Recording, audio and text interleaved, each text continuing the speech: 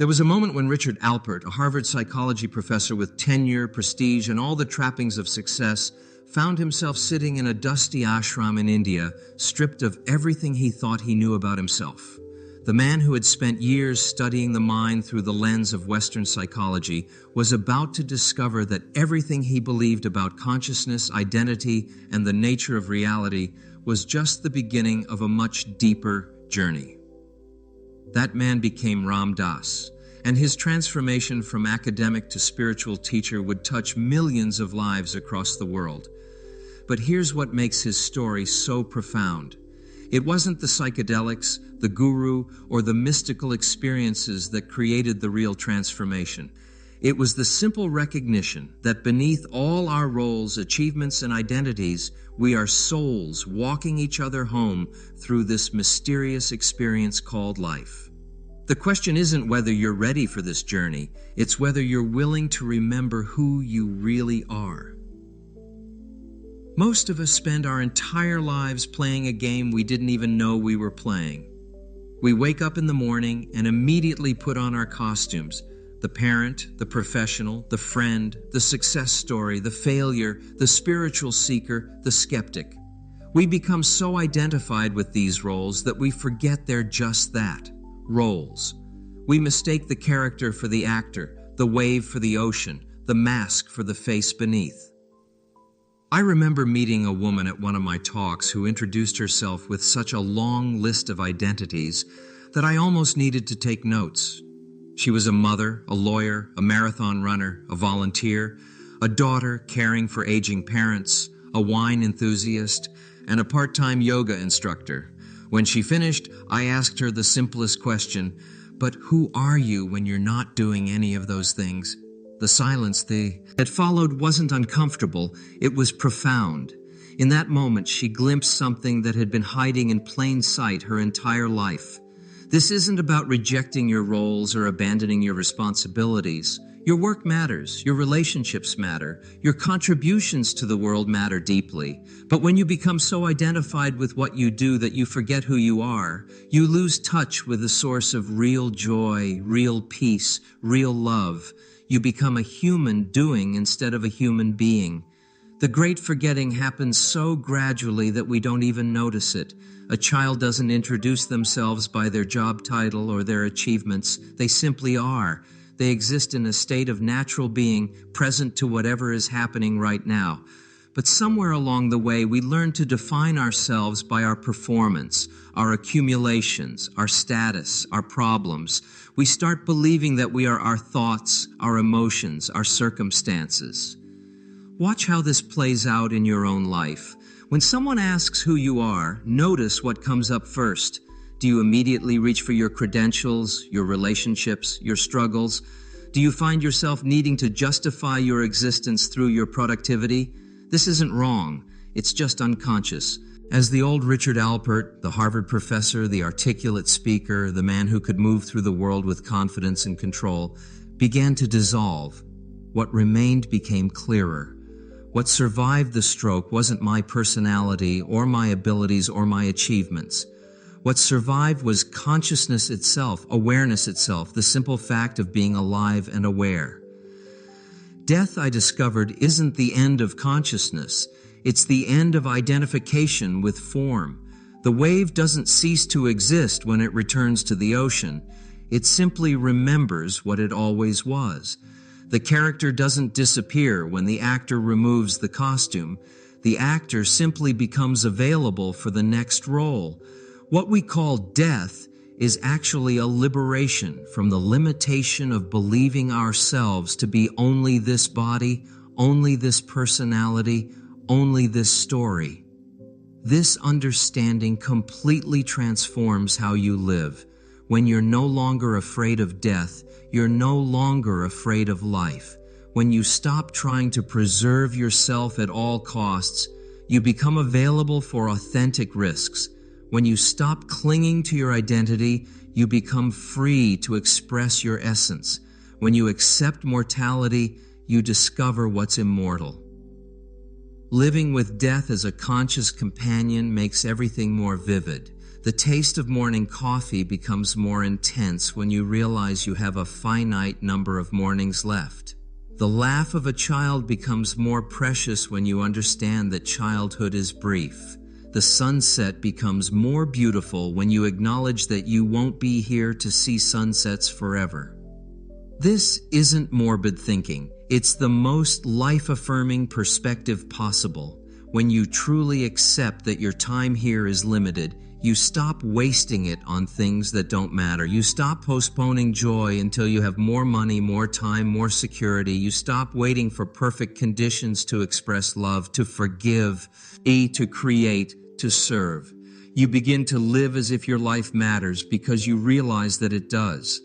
Death also becomes a teacher of surrender. You can control many things in life, but you cannot control when or how you die.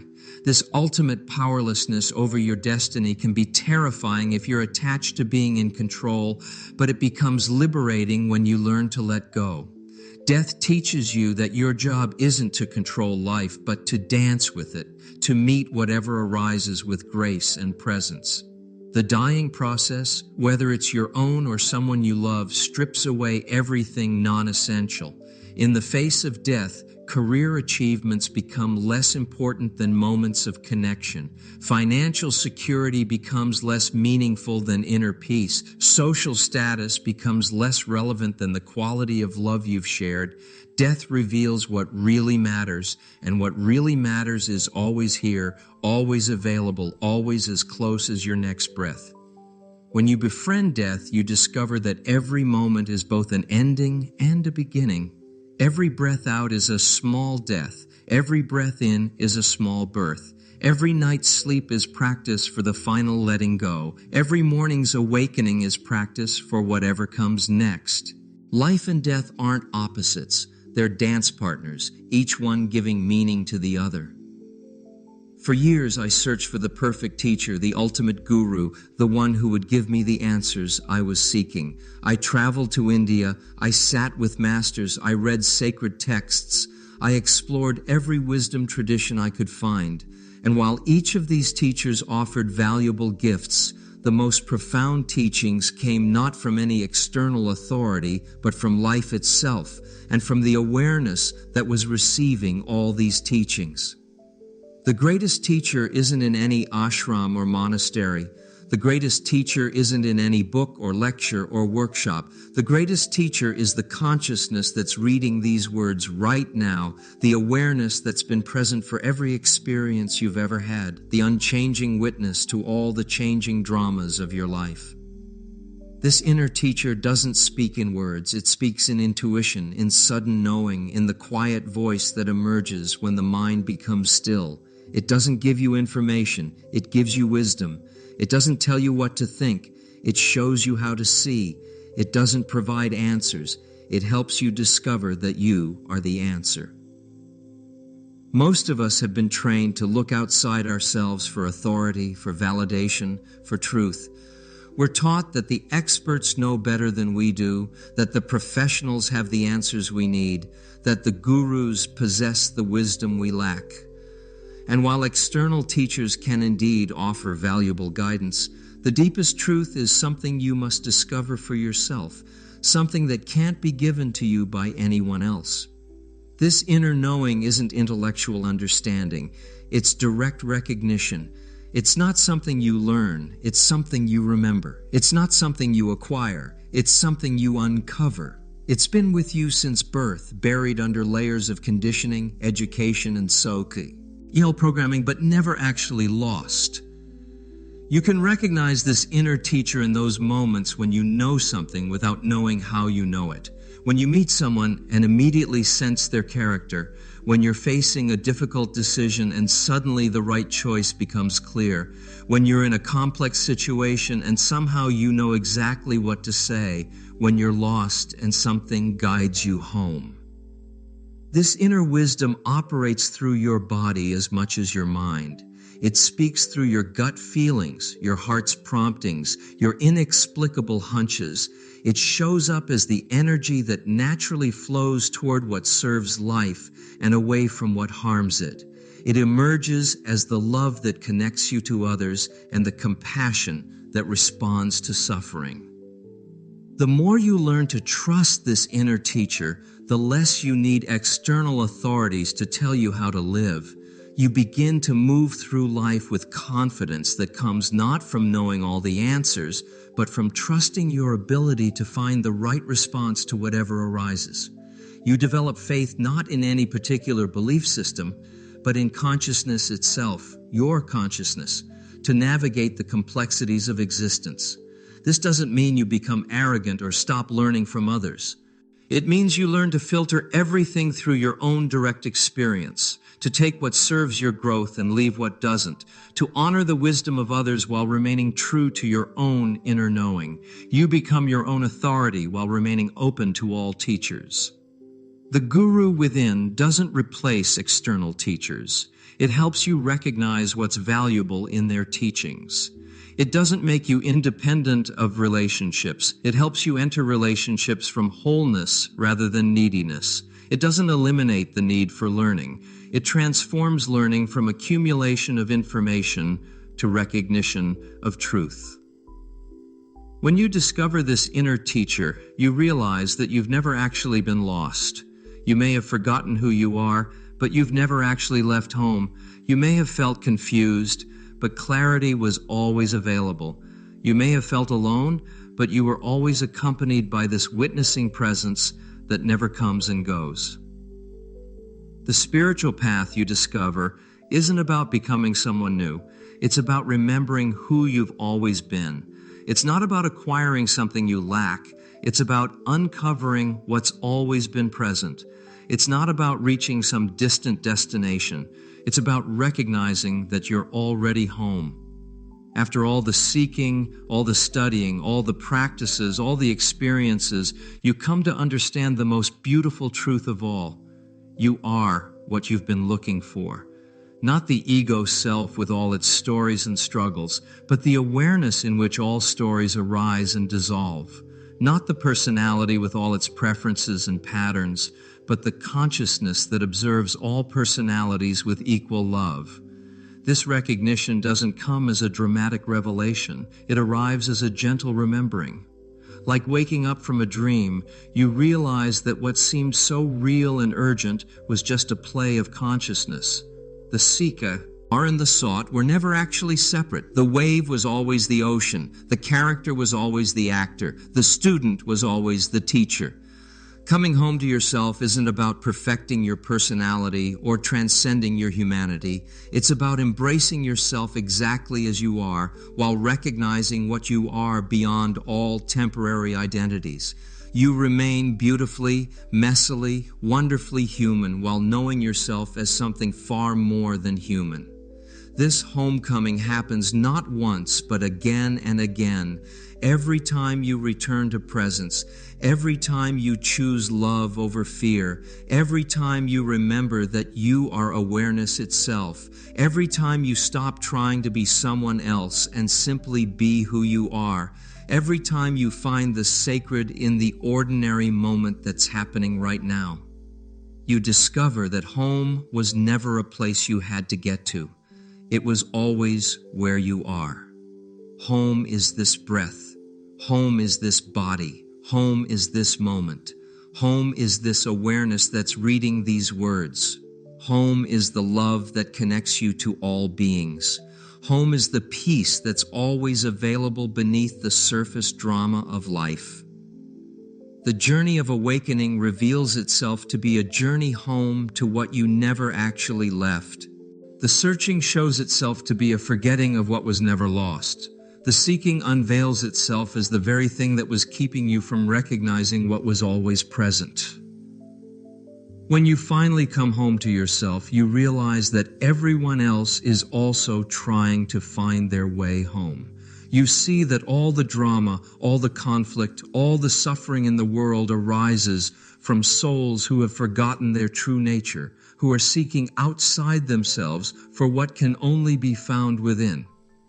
Your awakening becomes a gift you offer to others, not through preaching or teaching, but simply through being who you truly are.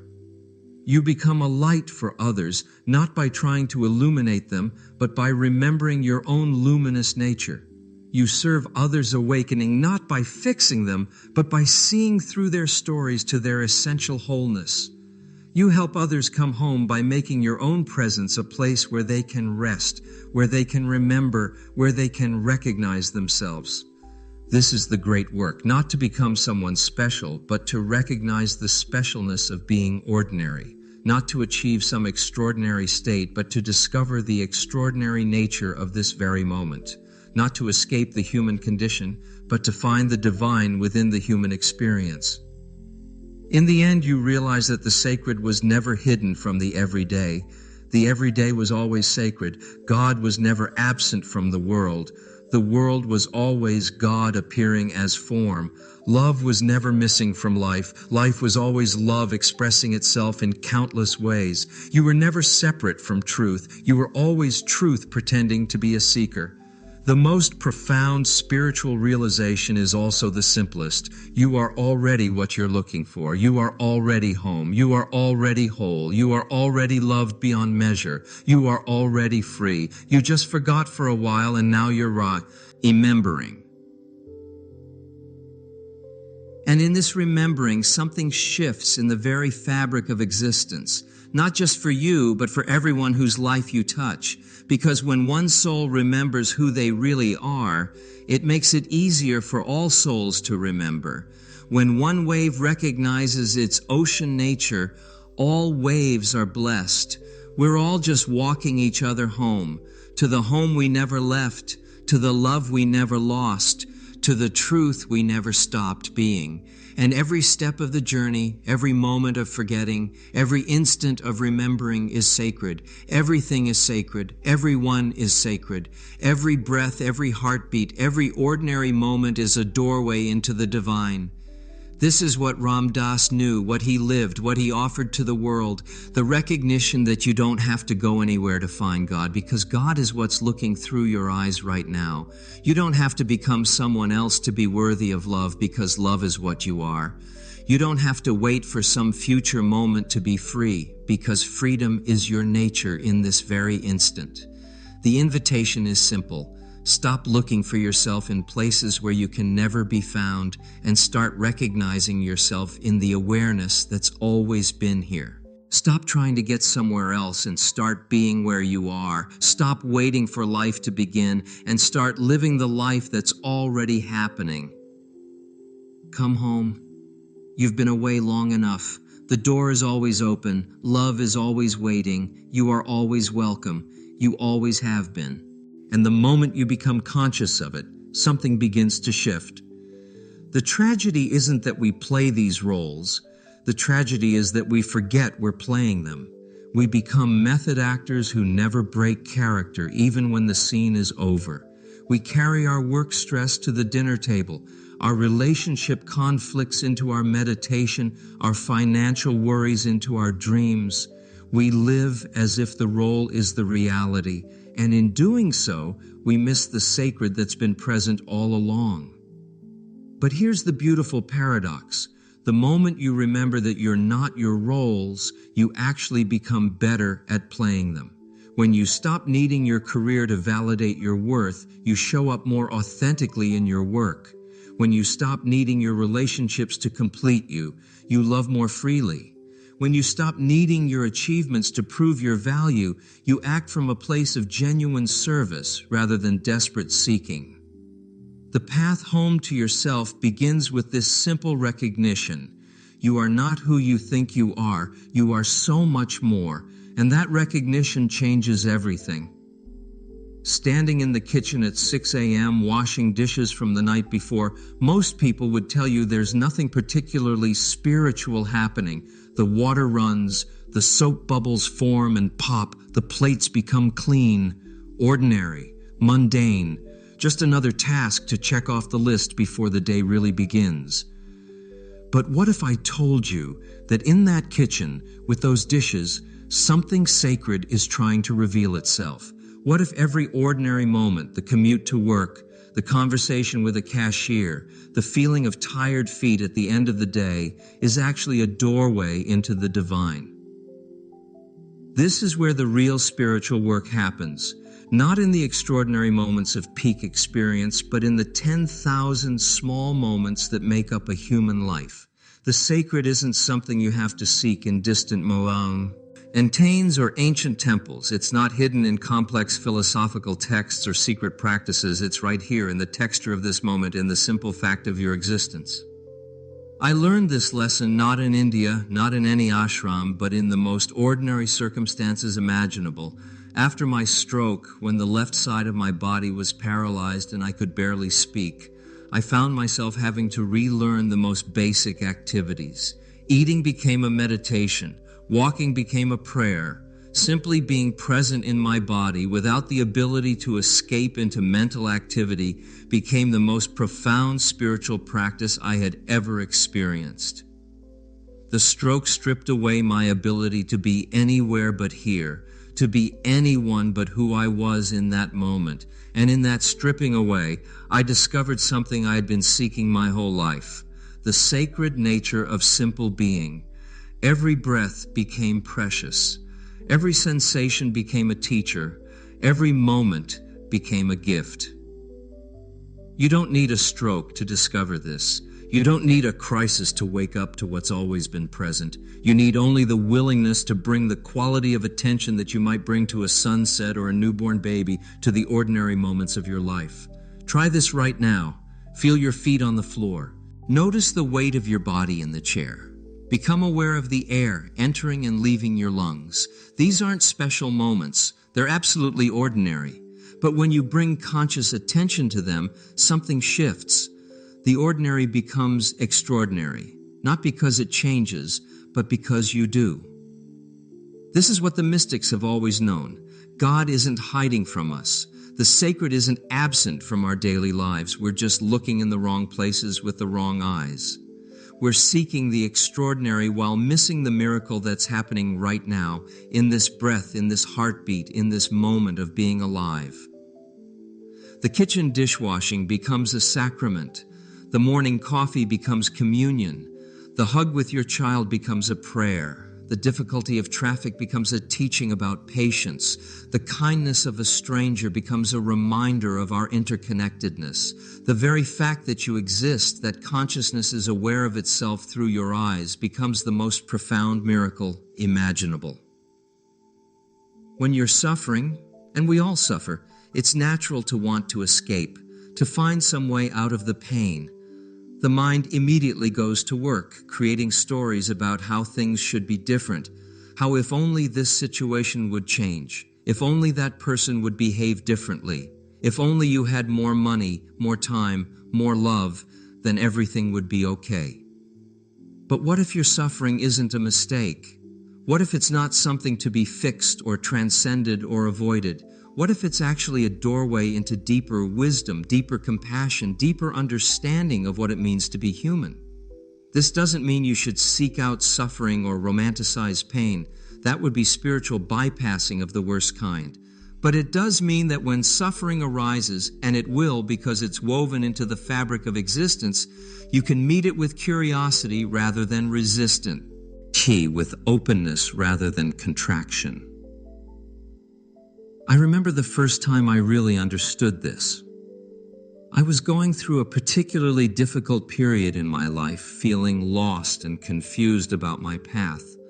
I was fighting the experience, trying to think my way out of it, searching for someone or something to blame. The harder I fought, the more painful it became. The more I resisted, the more stuck I felt. Then something shifted. Instead of trying to escape the pain, I began to get curious about it. What was this feeling exactly? Where did I feel it in my body? What stories was I telling myself about it? What was it trying to teach me? In that moment of genuine curiosity, the suffering didn't disappear, but my relationship to it changed completely.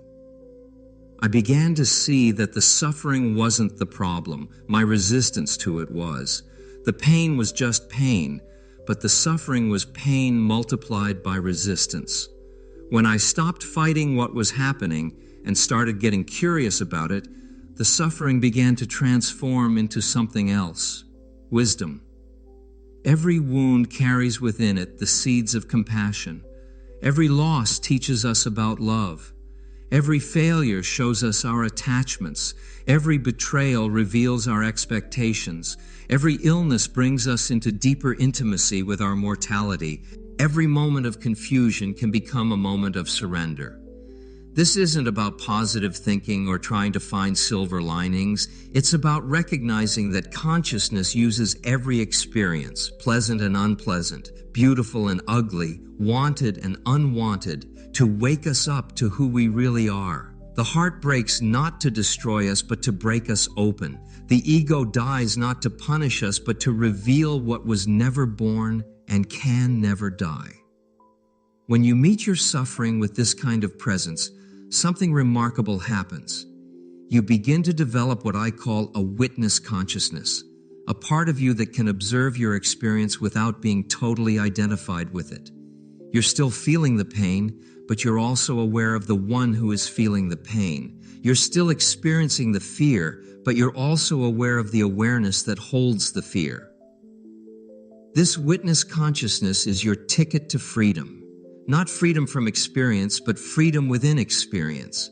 Not the absence of suffering, but the presence of something larger than suffering. Not the elimination of pain, but the discovery of what remains untouched by pain. From this place of witness consciousness, you begin to see that all beings suffer.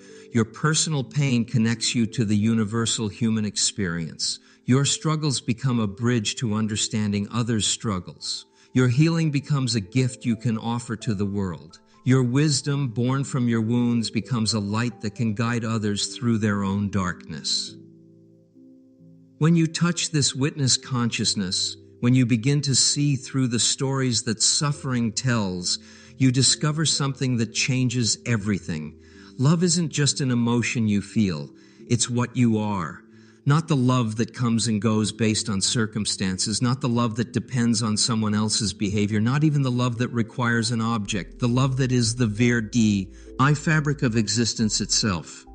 Most of us have been taught to think of love as something we do, something we give, something we receive. We love our families, our partners, our friends, our pets. We love sunsets and music and chocolate ice cream. We love when things go our way and struggle to love when they don't. This is beautiful and it's real, but it's just the beginning. There's a deeper love that doesn't depend on any of these conditions. It's the love that exists before you have someone to love. It's the love that remains when the person you love disappoints you.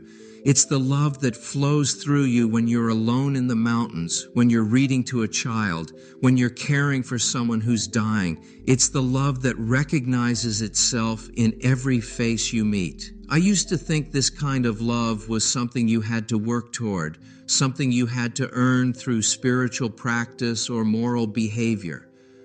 But the longer I've been on this path, the more I've come to understand that this love is what you are. It's your natural state. It's what remains when all the other identities fall away. Think about the moments in your life when you felt most yourself. I'm willing to bet that in those moments, you weren't thinking about love. You were being love. Maybe you were holding your newborn child. Maybe you were sitting by a river. Maybe you were comforting a friend. Maybe you were simply walking down the street feeling connected to everything around you. In those moments, there was no separation between you and love. You weren't doing love. You were love being itself. This love doesn't make you weak or naive. It doesn't mean you become a doormat or lose your discernment. In fact, it's the opposite. When you know yourself as love, you naturally act from wisdom. You serve without depleting yourself. You give without keeping score. You forgive without condoning harmful behavior. You speak truth without attacking. You set boundaries without building walls. The great secret is that this love is already here. It's not something you need to create or find or earn. It's what's looking through your eyes right now. It's what's reading these words. It's what gets concerned when someone you care about is hurting. It's what feels moved by beauty, what feels grateful for simple pleasures, what feels connected to something larger than your personal story. When you recognize this love as your true nature, everything changes. You stop looking for love outside yourself and start expressing the love that you are. You stop trying to get love from others and start giving love freely. You stop needing to be loved in order to love. You become a source rather than a seeker, a giver rather than a taker, a lover rather than someone who needs love. This doesn't happen overnight. The recognition might come in a flash, but living from this recognition is the work of a lifetime. There will be days when you forget, when you get caught up in your stories, when you feel separate and alone. But once you've tasted this love, once you've glimpsed who you really are, you can never completely forget, and each time you remember, it becomes easier to return. The deepest spiritual practice isn't about changing who you are, it's about remembering who you are. And who you are is love itself, wearing the costume of a human being, playing the role of someone who's seeking love, when all along you've been what you're looking for. Most people live their entire lives like tourists in their own experience, always somewhere else in their minds, always thinking about what happened earlier or what might happen later, always waiting for the next moment to arrive so life can finally begin. But life isn't happening later. It's happening right now. And right now is the only place where anything real can ever occur. Presence isn't a technique you practice. It's your natural state. It's what you are when you're not lost in thoughts about the past or fantasies about the future. It's what's here when you stop the mental commentary and simply be. It's what children naturally embody before they learn to live in their heads. It's what animals demonstrate without effort. It's what you return to in those moments of deep beauty, profound grief, or simple contentment.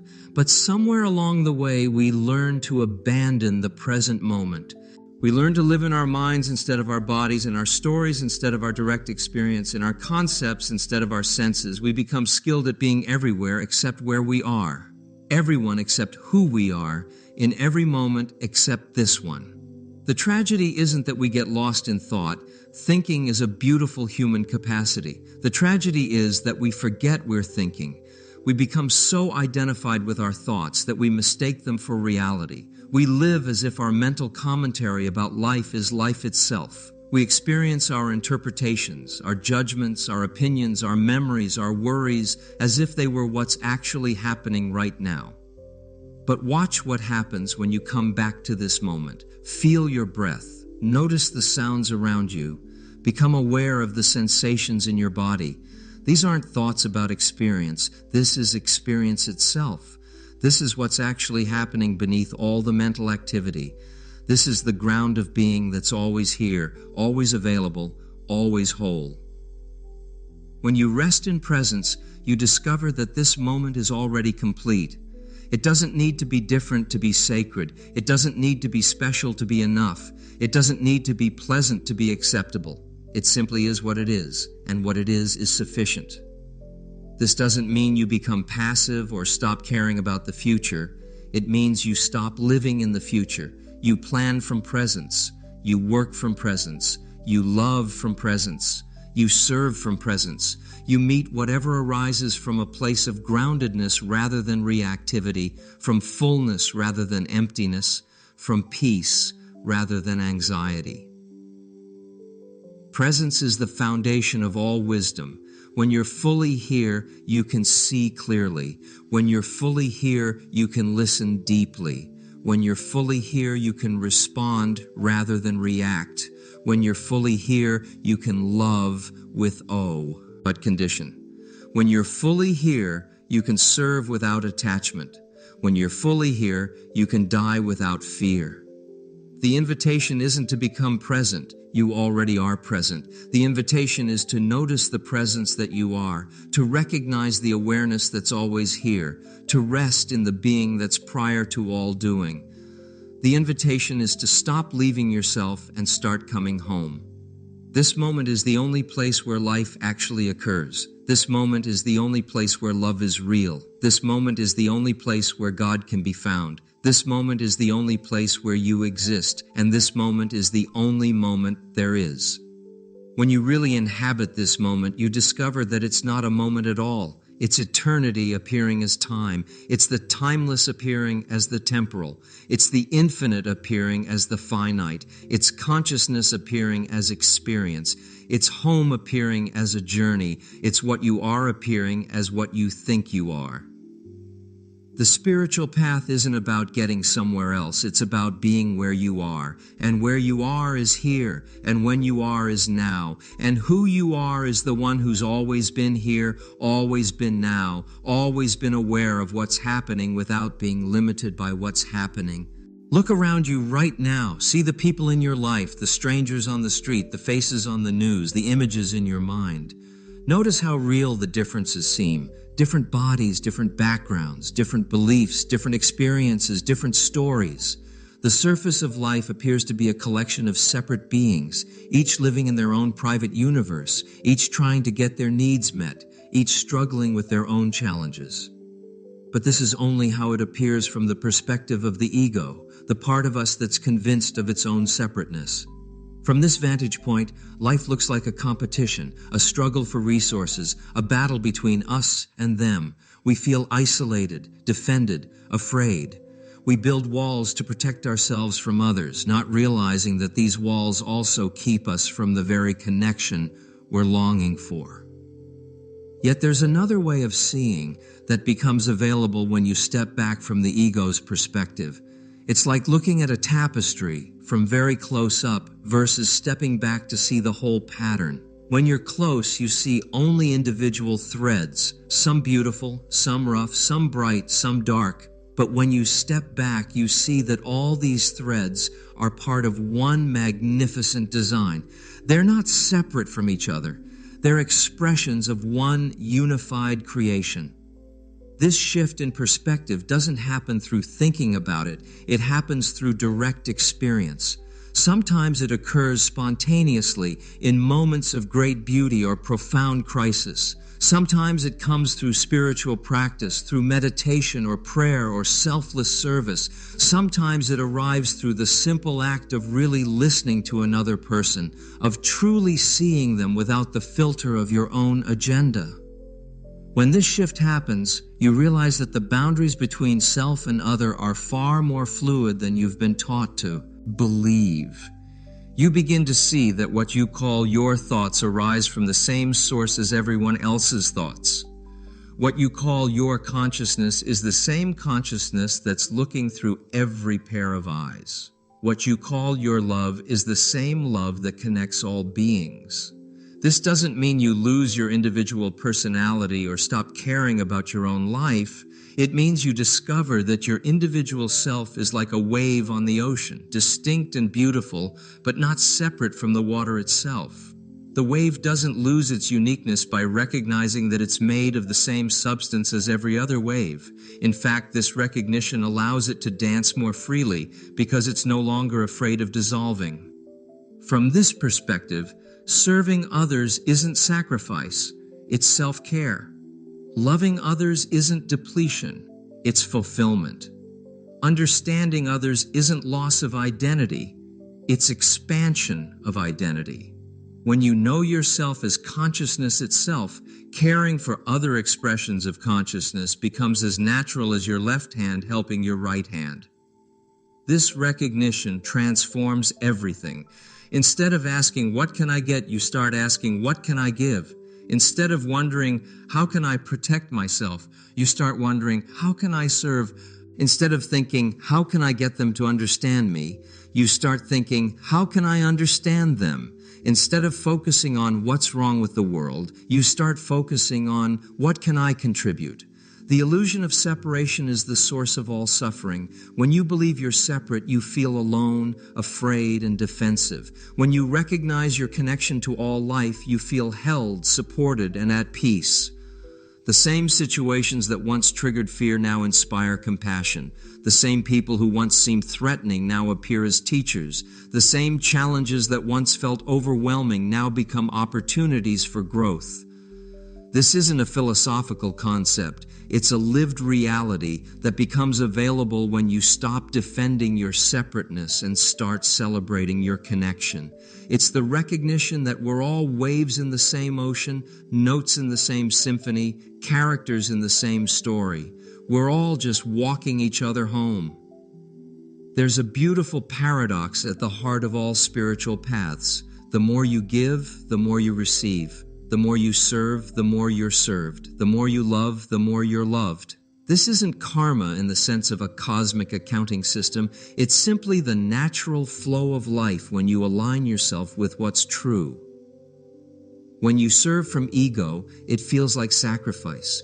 You keep score, you get resentful, you wonder what you're getting in return. But when you serve from your true nature, it feels like play.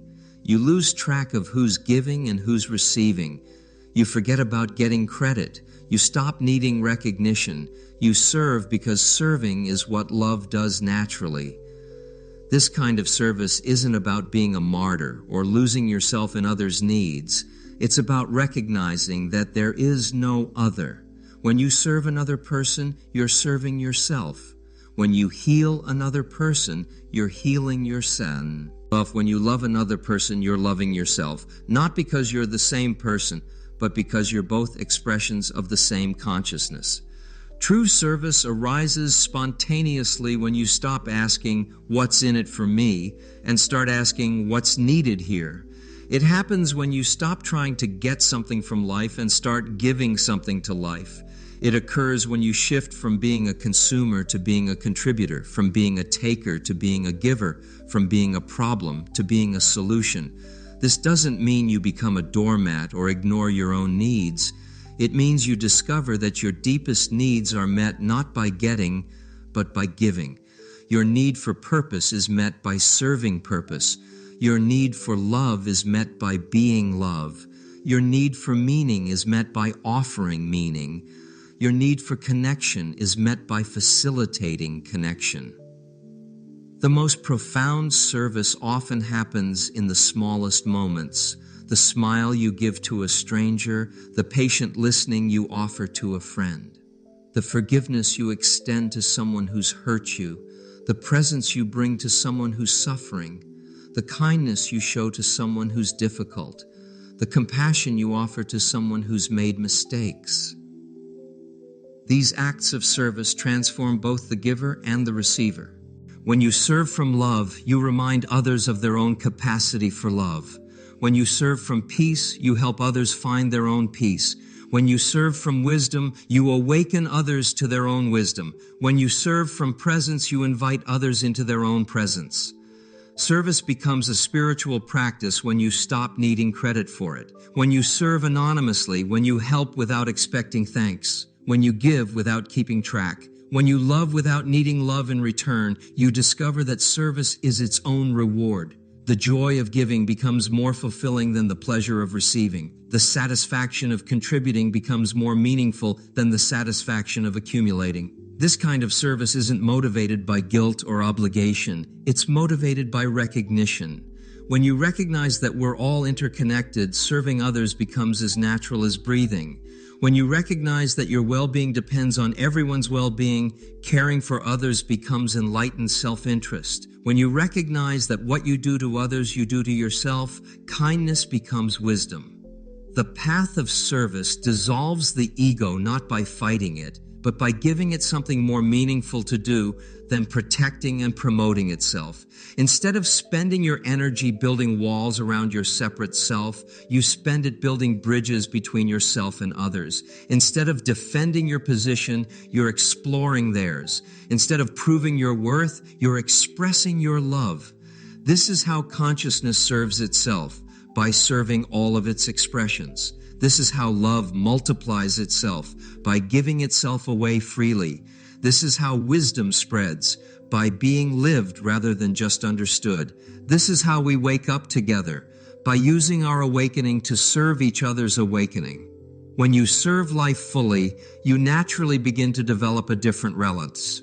Kinship with death. Not death as the enemy to be feared and avoided, but death as the teacher that makes every moment precious, every breath sacred, every encounter meaningful. Death isn't the opposite of life. It's what gives life its poignancy, its urgency, its profound beauty. Most of us spend enormous amounts of energy trying not to think about death. We build elaborate defenses against its reality, create insurance policies against its inevitability, develop technologies to postpone its arrival. We treat death as a failure of medicine, a breakdown of the body, a cruel interruption of our plans. But what if death isn't the problem we think it is? What if it's actually the solution to the problem of taking life for granted? When I had my stroke, I came face to face with my own mortality in a way I never had before. Suddenly, the abstract concept of death became a living reality. My body, which I had always taken for granted, became fragile. My ability to speak, which had been my primary tool for teaching, was severely compromised. My independence, which I had never questioned, was gone. In many ways, the person I had been died that day. But something profound happened in that dying.